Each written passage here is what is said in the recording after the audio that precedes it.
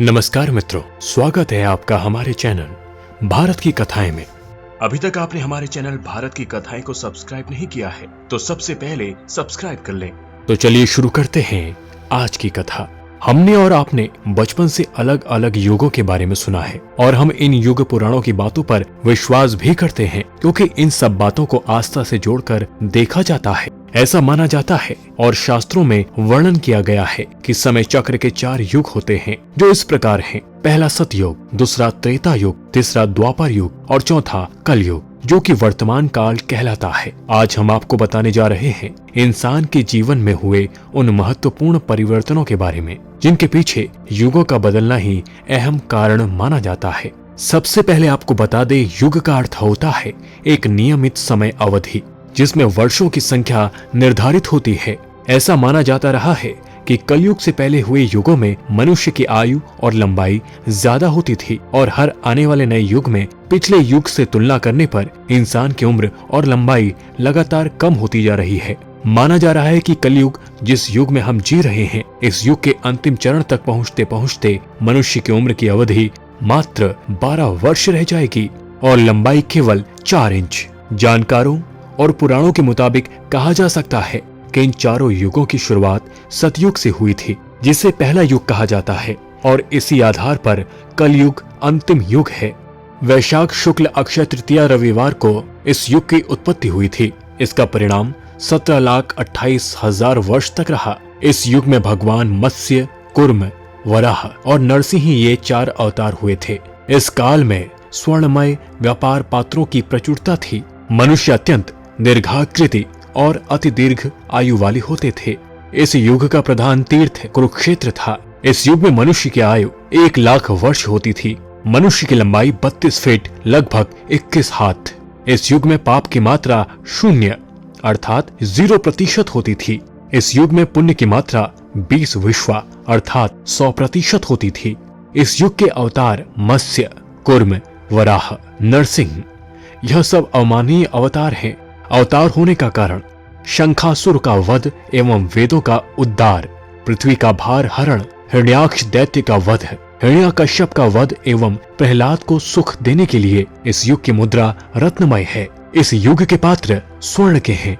त्रेता युग, त्रेता युग में मानव काल के द्वितीय युग को कहते हैं। इस युग में विष्णु के 5वें, 6ठे और 7वें अवतार प्रकट हुए हैं। यह अवतार वामन, परशुराम और श्री कृष्ण थे। यह मान्यता है कि इस युग में ऋषभ रूपी धर्म 3 पैरों में खड़े हुए थे। इससे पहले सतयुग में वह 4 पैरों में खड़े थे। इसके बाद द्वापर युग में वह 2 पैरों में, और आज के अनैतिक युग में, जिसे कलयुग कहते हैं, सिर्फ 1 पैर पर ही खड़े रहे। यह काल राम के शरीर त्याग से समाप्त होता है।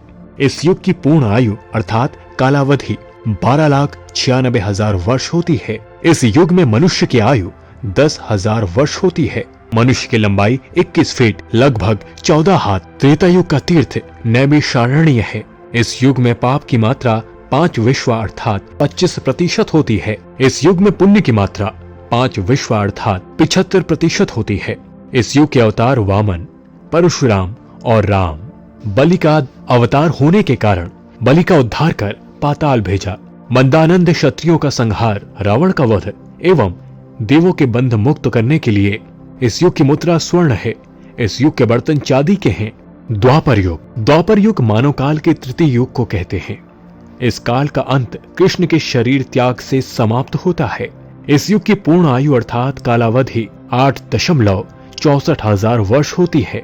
इस युग में मनुष्य की आयु 1000 होती है। मनुष्य की लंबाई 11 फीट लगभग 7 हाथ। द्वापर युग का तीर्थ कुरुक्षेत्र है। इस युग में पाप की मात्रा 10 विश्वा अर्थात 50% होती है। इस युग में पुण्य की मात्रा 10 विश्वा अर्थात 50% होती है। इस युग के अवतार कृष्ण, देवकी के गर्भ से एवं नंद के घर पालन पोषण, बुद्ध राजा के घर अवतार होने के कारण कंशादि दुष्टों का संहार एवं गोपों की भलाई, दैत्यों को मोहित करने के लिए इस युग की मुद्रा चांदी है।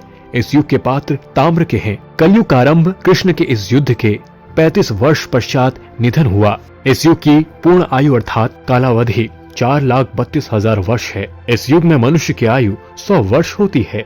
मनुष्य की लंबाई 5.5 फीट। कलयुग का तीर्थ गंगा है। इस युग में पाप की मात्रा 15 विश्वा अर्थात 75% होती है। इस युग में पुण्य की मात्रा 5 विश्वा अर्थात 25% होती है। इस युग में अवतार कल्कि ब्राह्मण विष्णु यश के घर अवतार होने का कारण मनुष्य जाति के उद्धार, अधर्मियों का विनाश एवं धर्म की रक्षा के लिए इस युग की मुद्रा लोहा है।